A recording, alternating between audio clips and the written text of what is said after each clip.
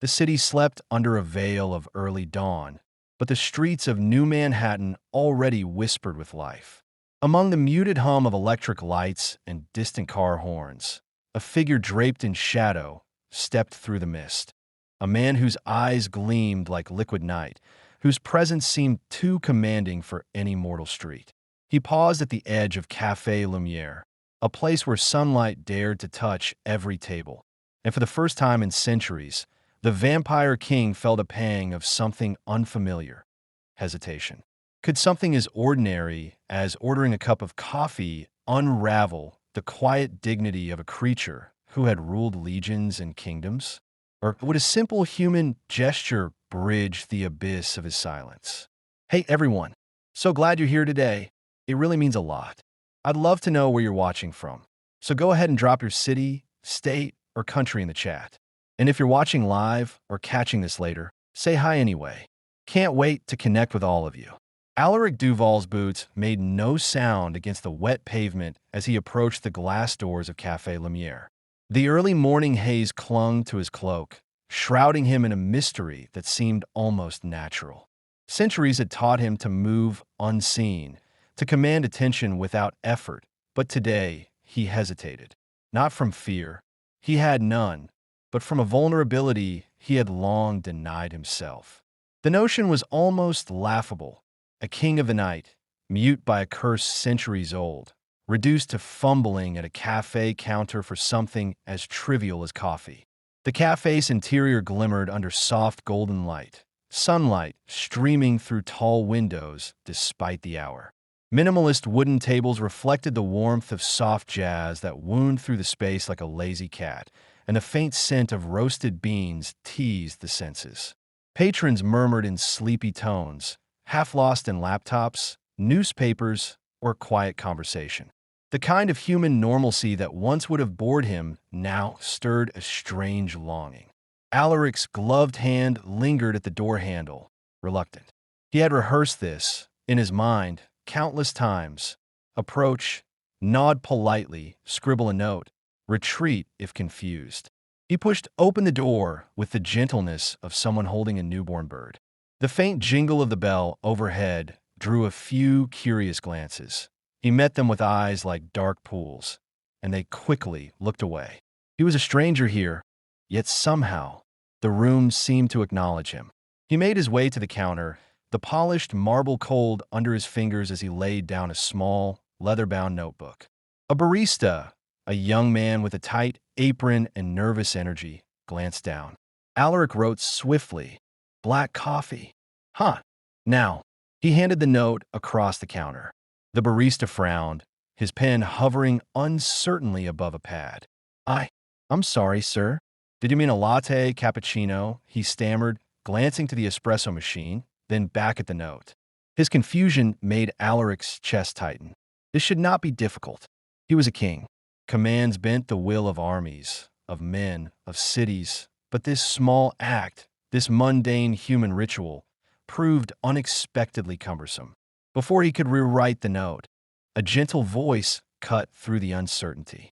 "You don't have to write if you don't want to," the woman said, stepping lightly from behind the counter. She had an elegance that didn't rely on display. Soft auburn hair loosely tied at the nape of her neck, skin pale as winter's first frost, and eyes bright with a rare curiosity that seemed to pierce the barriers he had long constructed. Alaric lifted his gaze to her, startled, and found something in her expression that disarmed him: patience and something more, understanding without judgment. She crouched slightly to meet his line of sight, fingers beginning a graceful dance in the air. "Do you know sign language?" she asked, her hands moving slowly, deliberately. Her gestures were precise, confident, and yet soft, like ripples on still water. He blinked, the question catching him off guard. Sign language, a human skill he had never considered necessary. Yet perhaps it could bridge the chasm his voice could not cross. Slowly, deliberately, he nodded once. "Yes." A small smile curved her lips. "Then let's try," she said, her voice low but musical, almost a whisper that brushed the air between them. She motioned toward the notebook, then to herself, inviting him to speak in his hands. For a moment, centuries of pride warred with the simplicity of the act. Alaric's fingers moved hesitantly at first, drawing from memory he had almost forgotten he possessed. The alphabet danced between them, elegant curves and lines forming the words he could never speak aloud. "Black coffee," he signed, then paused, unsure how to indicate temperature, a subtle confusion that made him strangely human. The woman's smile widened in a mixture of amusement and sympathy. "Ha!" she signed back, a tiny flourish of her wrist completing the word. No mockery, no impatience, just clarity offered with the gentleness of someone who knew the value of being seen. Alaric felt the tension around his shoulders ease, a sensation foreign yet delightful. The barista behind her glanced between them, unsure whether to intervene. Alaric noticed, but chose to ignore him. For the first time in centuries, he felt no need to dominate. Here, he was simply a man ordering coffee, and someone who had no obligation to understand him did. As she prepared the drink, Alaric allowed himself to observe her in the quiet moments. The way her hands moved over the espresso machine with reverence, how she tilted her head to gauge the strength of the shot, the delicate precision with which she sprinkled a touch of lavender into the cup. There was an artistry here that transcended the ordinary. She had taken the simplest of gestures, a request for coffee, and turned it into a performance of care. When she finally placed the cup before him, Alaric's gloved fingers curled around the porcelain. Steam rose in ethereal swirls, carrying the subtle aroma of honey and a whisper of lavender. He took a sip, careful not to show too much, yet the complexity of flavors, the bitterness of espresso tempered by sweetness, softened by floral notes, was nearly overwhelming. In that moment, centuries of isolation and command melted away into something almost unbearably tender.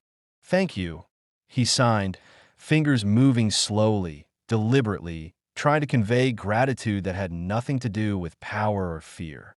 She returned the gesture, a small nod that acknowledged more than mere words ever could. For the next few minutes, he lingered at the counter, watching her work, learning the language of her hands. There was a rhythm to it, a silent conversation that required no sound, yet spoke volumes. Every gesture carried intention, every glance a question or an answer, and he realized, with a pang both sweet and sorrowful, that he had never truly known communication until now. Then, the noise of the world intruded. The bell over the door jingled again. More voices, more footsteps. A man in a dark suit barged through, demanding attention in a voice too loud, too sharp. He was the opposite of the quiet intimacy Alaric had discovered, brash and self-important. The woman's hands faltered for a brief second, just enough to show the contrast between the chaos of the outside world and the sanctuary she provided within. Alaric's eyes met hers, and in that glance, a silent question formed. How could anyone be so oblivious to the elegance of patience, the power of listening? He had centuries of experience commanding armies, bending wills, manipulating the politics of shadows and light. And yet, this man, a mere mortal, loud, careless, reminded him how fragile the bridge between chaos and calm truly was. Alaric's chest tightened with a quiet indignation, a recognition that civility, respect, and subtle understanding were rarities in a world obsessed with noise and haste. Hit subscribe if you believe everyone should be treated fairly, he signed half-jokingly to her, referencing the intruding man with a subtle tilt of his head. Only haters, manipulators, and trolls wouldn't understand. She laughed softly, the sound blending with the quiet jazz, a balm to his centuries-old weariness. The morning sun climbed higher, brushing the café in warm gold. For the first time in an age, Alaric Duval did not feel like a king imprisoned by silence. He felt, quite simply, human. And in the presence of one kind-hearted barista who understood the language of the hands, he sensed the possibility that he might also rediscover the language of trust, of connection, and perhaps of love. He lingered there, watching the world move around him, knowing that something small, something ordinary, had become extraordinary. A cup of coffee, a simple gesture, a moment of understanding. It was enough to crack the stone walls of centuries. And as he sipped again, savoring the warmth, he realized that maybe, just maybe, the modern world was not so foreign after all. It only required someone willing to see, someone willing to sign across the distance of silence. And in that gesture, that quiet, profound connection, Alaric found a spark of hope he had thought lost forever. The morning outside Café Lumière had brightened, yet the city still carried the sleepy haze of dawn. Alaric remained at the counter, hands wrapped around his coffee cup, feeling the warmth seep into his gloves, through to his bones. The barista had retreated, wary of interrupting the silent communication that now hummed between him and his soul. He watched her move with quiet grace, her hands fluttering over cups, espresso machines, and a display of pastries, as if orchestrating a symphony only she could hear. Alaric's eyes followed her, catching the subtle movements of her fingers, the tilt of her wrist, the small nods she offered to customers who approached. She never rushed, never forced a gesture. She waited, listened, observed, qualities he had always valued in generals and advisors, yet rarely found in humans. He wondered, almost with amusement, if this was how mortals practiced diplomacy, whether some unspoken patience had been lost in the haste of their daily lives. "Do you like your coffee?" she asked, signing this time, her hands moving fluidly, fingers tracing each word with care. Her eyes searched his, awaiting a reaction, as if reading not just words but the intention behind them. Alaric hesitated. Normally, a simple nod would suffice, but he found himself wanting to express more. He wanted to convey the centuries of longing that had built within him, an ache for ordinary experiences, for human connection, for moments like this. His fingers moved carefully, forming the words he had never spoken aloud. "It is perfect, more than I imagined." Her smile widened, and for a moment, she seemed to shine brighter than the morning sun spilling through the cafe windows. There was no trace of condescension or pity in her expression, only understanding, and perhaps even a hint of wonder that he, a figure so regal, could find such delight in something as simple as coffee. "You always make it like this?" he signed, curiosity threading through each motion. "Only when I feel someone deserves it," she replied, a mischievous glint dancing in her eyes. "Or when they make the effort to speak with their hands instead of demanding with words." Alaric's lips twitched in the faintest smile.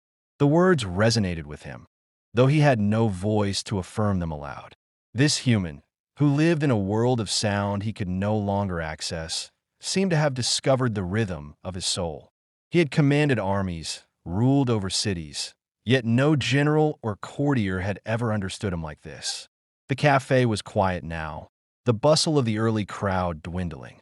Patrons lingered over newspapers or whispered conversations, allowing Alaric and Isolde's silent exchange to occupy the space without interference. There was a gentle intimacy in this, the kind that only silence can afford. A shared secret, a private world nestled within the larger city. "Do you come here often?" he signed cautiously, aware that even the simplest of questions carried weight when delivered in gestures. She tilted her head, her fingers dancing slowly to reply. "I work here, but I also like to notice things. People, how they pause, how they move, what they carry with them, even if it's invisible to others." Her gaze lingered on him, and Alaric felt something stir deep within, a sensation he had not experienced since his mortal days. Recognition. "You notice me?" he asked, incredulous. "Yes," she signed, the single word floating between them like a delicate feather. "You are different, but not unkind. And I think, maybe, you're tired of being invisible, even when you are not." Alaric's chest tightened. Invisible. For centuries, that was his truth. He could command, manipulate, and terrify, but he could not touch the warmth of human attention without suspicion or fear. And yet here was a woman, completely unafraid, who observed him not as a king or a monster, but as a man yearning to exist in the ordinary, fleeting beauty of a moment. He hesitated, fingers brushing the rim of his coffee cup. Do you ever feel tired of humans? Their noise, their arrogance, their indifference.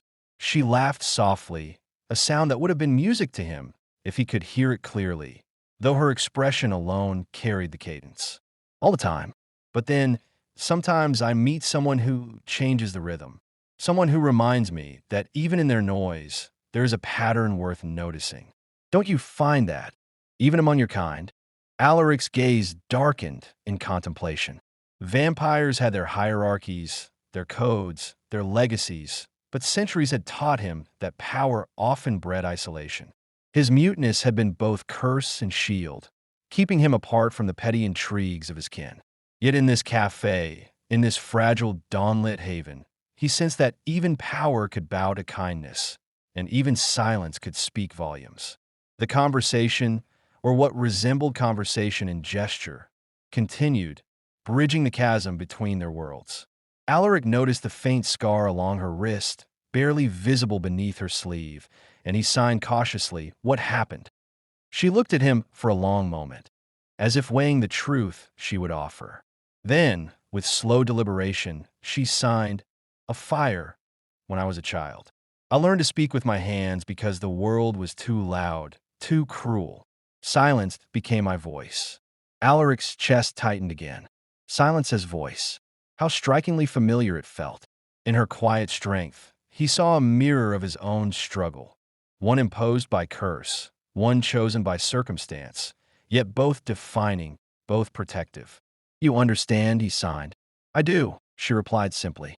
There was no pity, no sympathy, only recognition, validation he had craved for centuries. And in that recognition, a seed of trust began to grow, fragile yet resilient. Alaric set his cup down, fingers brushing the notebook once more. "May I stay?" he signed. "For a while. Here with you." Her fingers paused in midair, eyes widening ever so slightly, then softened into a smile. "Yes," she signed back, tilting her head in invitation. "You are welcome. Stay as long as you like." He moved to a nearby table, the weight of centuries pressing lightly on his shoulders, yet now tempered by the comfort of human acceptance. As he sat, he noticed small details he had never before appreciated. The way sunlight fractured across the wooden floor, the delicate arrangement of ceramic cups, the faint scent of lavender mingling with roasted coffee. Each element, mundane to a mortal, seemed profound in its simplicity. Hours passed, though time felt suspended. Alaric and Isolde communicated with hands and eyes, gestures and glances carrying conversations that words could not. Patrons drifted in and out, yet the bubble around them remained intact, a sanctuary amid the rhythm of the waking city. At one point, a group of boisterous teenagers entered, voices sharp and demanding, disturbing the quietude. Alaric's hand twitched, instinctively ready to impose authority, yet he caught himself. Isolde's gentle hand touched his arm briefly, a silent reminder of patience. He exhaled a breath he had not realized he was holding and allowed the moment to pass. They left, and he felt a subtle thrill in restraint, a lesson in the beauty of quiet dominance, of power tempered by empathy. Isolde noticed a change in posture, her fingers tracing a subtle question. "You learn quickly." Alaric smiled faintly and signed, "From the best teacher." A blush touched her cheeks, imperceptible perhaps to anyone else, but clear to him. He felt warmth, an unfamiliar ache in his chest, a sensation he had not associated with centuries of immortality. Vulnerability, he realized, could be intoxicating and perhaps even beautiful. She poured another cup of coffee, this one lighter, sweeter, a delicate play of honey and milk, and set it before him without a word. The gesture spoke volumes. She had noticed his preferences, remembered his gestures, and tailored the ordinary into something extraordinary. Alaric accepted it, savoring the thoughtful creation, and in doing so, felt a connection that transcended speech, history, and even mortality itself. For a moment, he imagined what it would be like if the world could be like this café, patient, observant, attuned to subtle gestures and silent expressions. The thought lingered, fragile and fleeting, but planted a hope he had not dared harbor.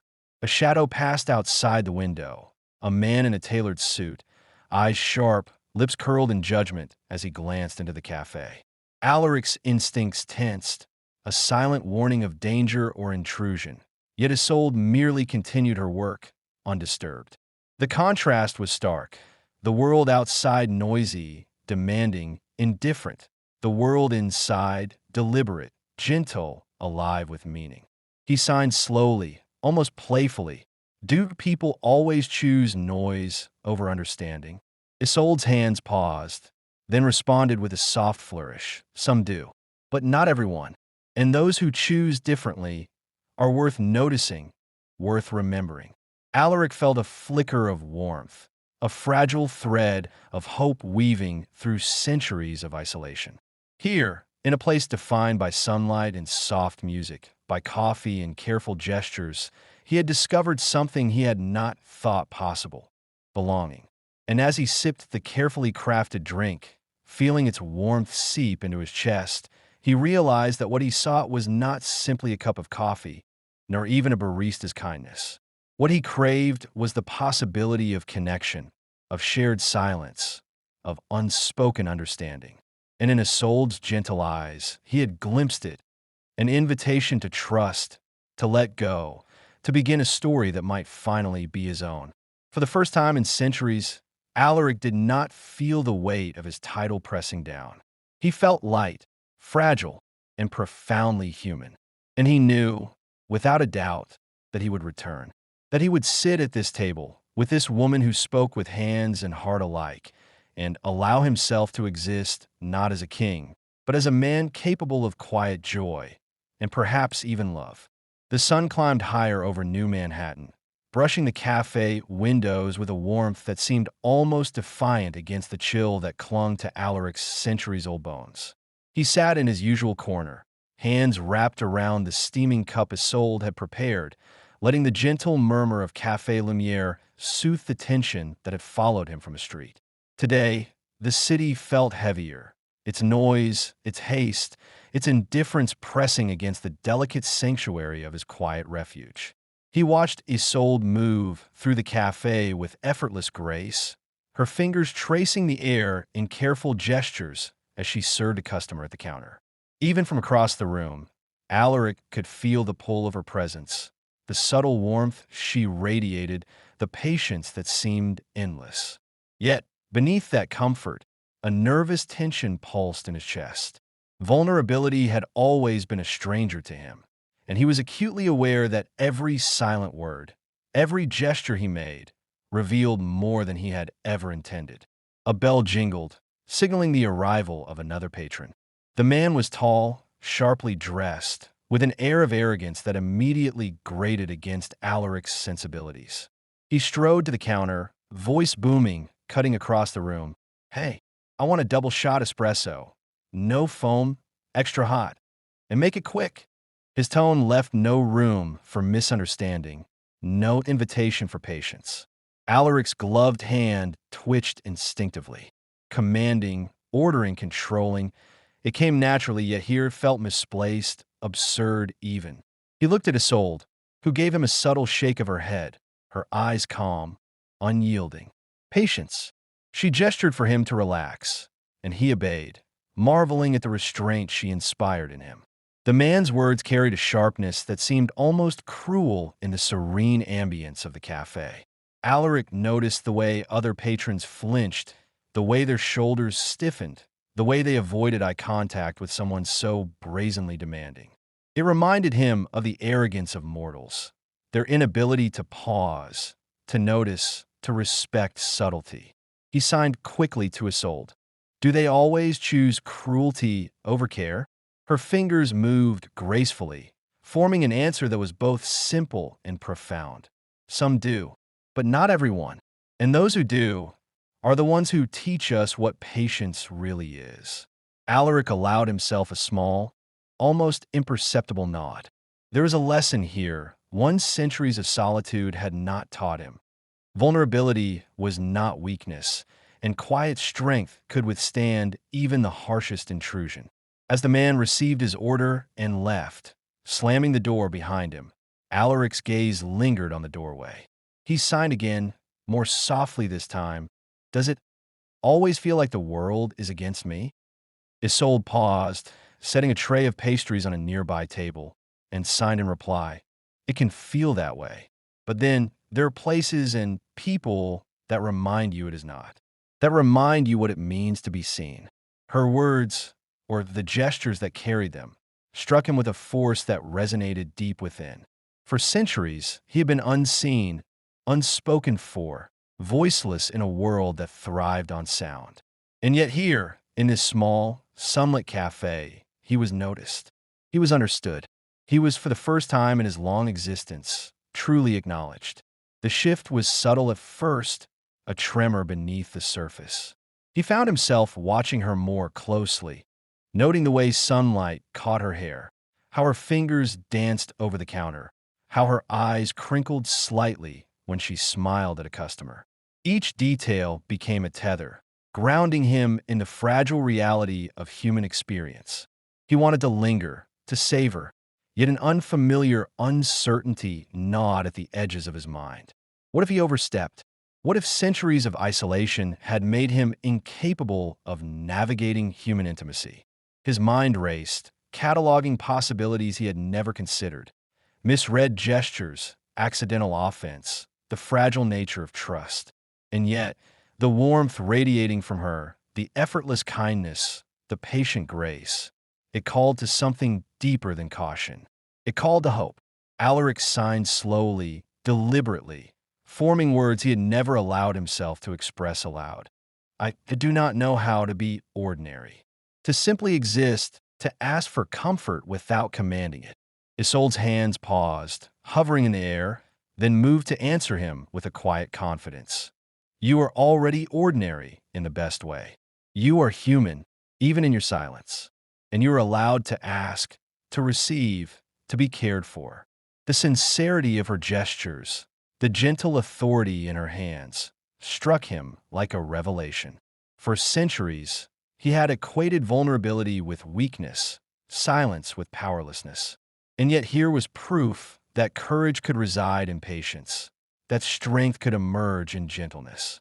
A blush, fleeting and unbidden, warmed her cheeks as she added, even kings are allowed to sit and sip coffee without fear of judgment. Alaric's lips twitched in the faintest smile. He had never been called a king in such a tender, non-deferential way. There was no fear, no awe, only acknowledgement, a recognition that he could exist simply, without titles, without expectation. As they continued to converse through signs, Alaric felt the walls he had spent centuries building begin to crumble. He shared small fragments of his past, carefully chosen, a memory of a winter evening in a forgotten palace, the taste of a rare wine he had savored, the echo of music in a chamber long abandoned. Each story was a piece of himself, offered tentatively, yet received with unwavering attention and grace. Do you miss the world of humans? He signed cautiously, almost afraid of his own curiosity. Isolde tilted her head, fingers tracing the air with deliberate care. I miss moments, not the chaos. The beauty that exists between the noise, the kindness that shines when no one is looking. I think even immortals can find it if they know where to look.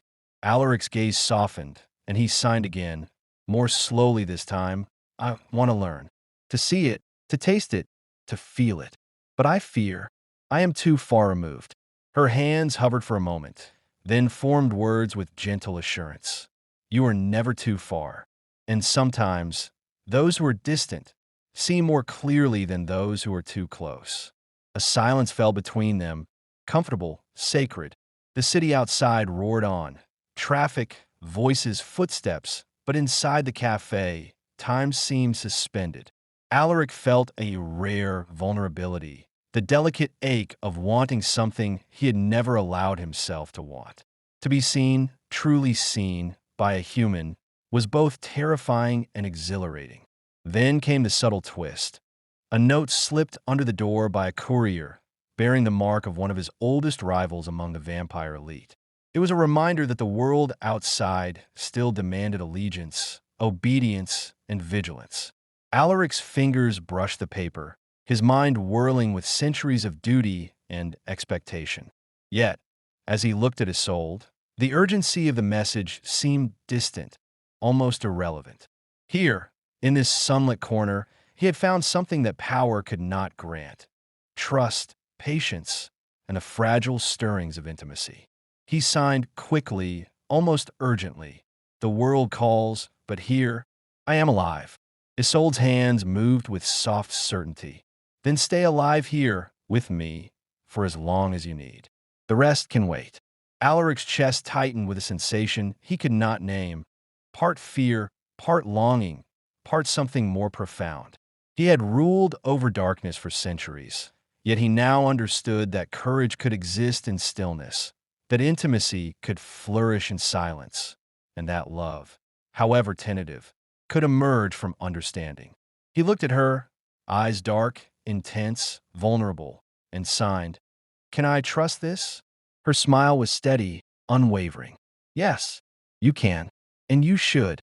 The weight of centuries lifted just slightly as he allowed himself to lean back, to breathe, to exist without command or fear.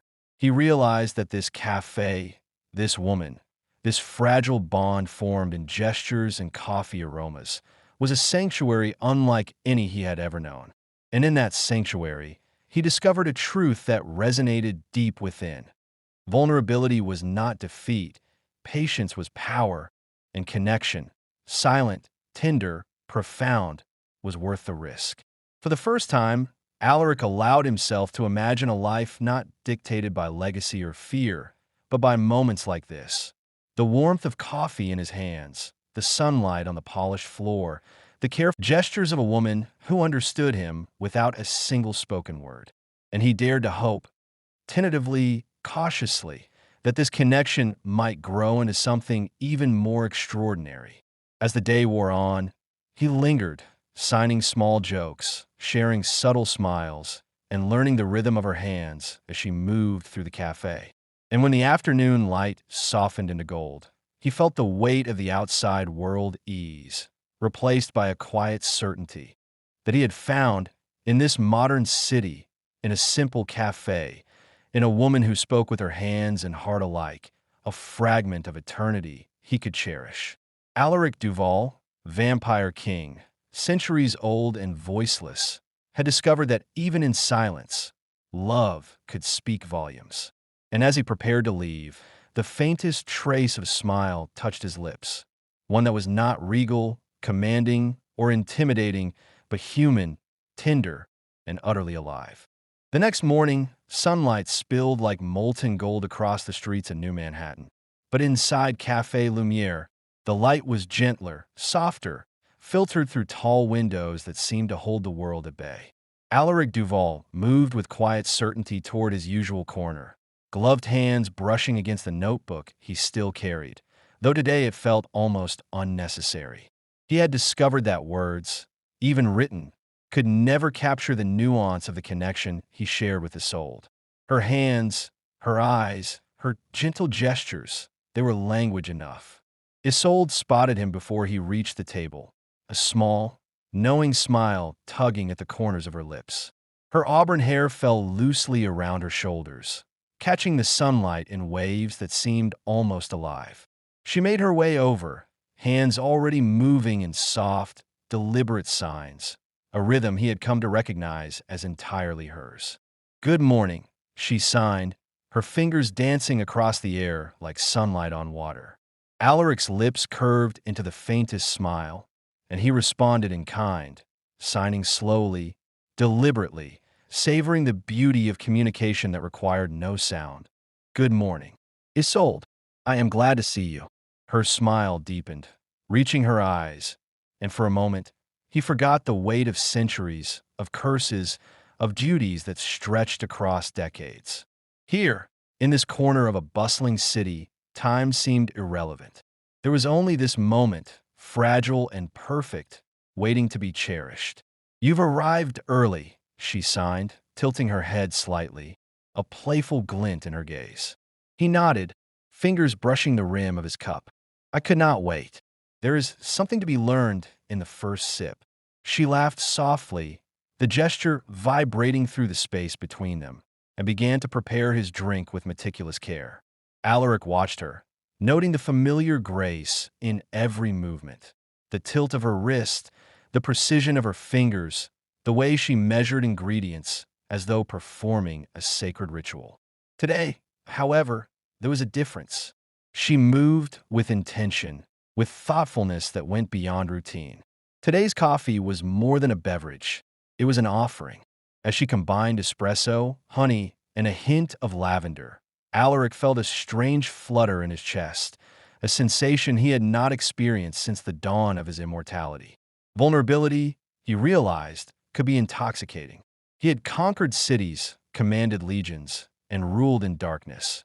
Yet this small, human act, coffee prepared with care and insight, stirred emotions more profound than any victory. "Do you always make it like this?" he signed, voiceless, fingers trembling slightly with anticipation. "Only for those who are worth noticing," she signed back, her eyes locking with his in a quiet challenge. "And you are worth noticing." His heart, long dormant, skipped a beat. Worth noticing. The words, though silent, carried more weight than any decree he had ever issued. For centuries, he had been feared, respected, revered, but never truly seen. And here, in the soft light of a café, he was not only seen, he was cherished. She placed the cup before him, the steam rising in delicate spirals, carrying with it the aroma of espresso and lavender, the warmth of honey threading through every note. Alaric wrapped his hands around it, savoring the heat, feeling it seep through gloves and into his veins, a comforting warmth he had not realized he craved. He lifted the cup to his lips, taking a careful sip, and the flavor unfolded like a symphony. The bitterness of the espresso, softened by the golden sweetness of honey and the subtle floral notes of lavender, struck him with the quiet perfection of artistry. For a moment, his eyes closed, and he allowed himself to fully experience the world, the taste, the warmth, the presence of another being who understood him without words. When he opened his eyes, he found Isolde watching him with an intensity that made his chest ache. Her hands moved once, gently, forming a simple question. "Do you like it?" He smiled faintly, a subtle gesture, yet in its delicacy, it conveyed more than language ever could. He signed in reply, "It is perfect, more than I imagined. Thank you for this." Her smile deepened, the corners of her mouth curling with a sweetness that was almost painful in its beauty. She reached across the counter, lightly brushing her fingers against his hand, a touch that was electric, yet gentle. Alaric felt an unfamiliar heat rise through him, a sensation that centuries of cold nights and shadowed halls had never inspired. For a moment, silence enveloped them, not awkward, not empty, but filled with a shared understanding. Words were unnecessary. Each gesture, each glance, each subtle motion spoke volumes. He had never known intimacy like this, never felt the quiet thrill of being truly known and understood. Alaric set the cup down, fingers brushing the edge of the table, and signed again, slowly, carefully, savoring the cadence of his own hands. "Isolde, I stay?" "For longer. Not as a king, not as a vampire, but as myself." Her hands moved, hesitating briefly, and then signed back. "You may stay as long as you wish, and I will see you as you are." He felt a surge of emotion, a warmth that spread from his chest to his fingertips, a feeling so human, so tender, it nearly made him falter. This simple permission, this acknowledgement of his existence beyond power and legend, was more intoxicating than any wine, more potent than any spell. The afternoon stretched on, and the café filled with the quiet murmur of patrons, the soft clinking of cups, the gentle hum of jazz. Yet, within their shared space, Alaric and Isolde existed in a universe entirely their own. He signed stories of his past, small, careful fragments, a memory of a snow-blanketed balcony, the echo of music in an ancient hall, the taste of rare vintages long forgotten. She listened, eyes wide, fingers tracing the air with understanding, occasionally responding with her own stories of fire, survival, and discovery. At one point, a young child entered the café, tugging at her mother's hand, eyes wide with curiosity at the vampire who sat so still, so regal, so impossibly alive. Alaric felt the faintest unease, centuries of caution flaring. Yet Isolde merely smiled, gesturing with her hands to the child, inviting curiosity without fear. Alaric realized then that courage was not the absence of fear, but the mastery of it, and that in this woman's presence he had learned anew. Hours passed, the sun dipping lower, casting long shadows across the polished floor. Alaric lingered, hesitant to leave, aware that each moment spent in this fragile intimacy was a treasure. Finally, he signed softly, almost reverently. "Well, you meet me again tomorrow?" Isolde's hands moved with gentle certainty. "Yes. And the day after. And as long as you wish." Alaric allowed himself a small, rare laugh, silent, almost inaudible, yet vibrant in its joy. The sound of it, unspoken yet felt, was a gift, a promise of days yet to come. Before leaving, he rose, hands brushing over the edge of the counter, and signed one final message. "You have changed centuries for me. I will return. Always." Her hands hovered, hesitated, and then formed the words with a quiet intensity. "And I will be here, waiting." He stepped out into the evening streets, the city alive with lights and motion. Yet he felt an unfamiliar lightness. The weight of immortality, of legacy, of silence. It had not disappeared, but had been tempered by warmth, by understanding, by the fragile, tender bloom of connection. He had come seeking a cup of coffee, a fleeting human experience, and found instead a sanctuary, a confidant, and perhaps the beginnings of love. Alaric Duval, centuries-old vampire, king of shadows, mutinous his curse, had discovered something more extraordinary than any crown or throne: the simple, profound intimacy of being seen.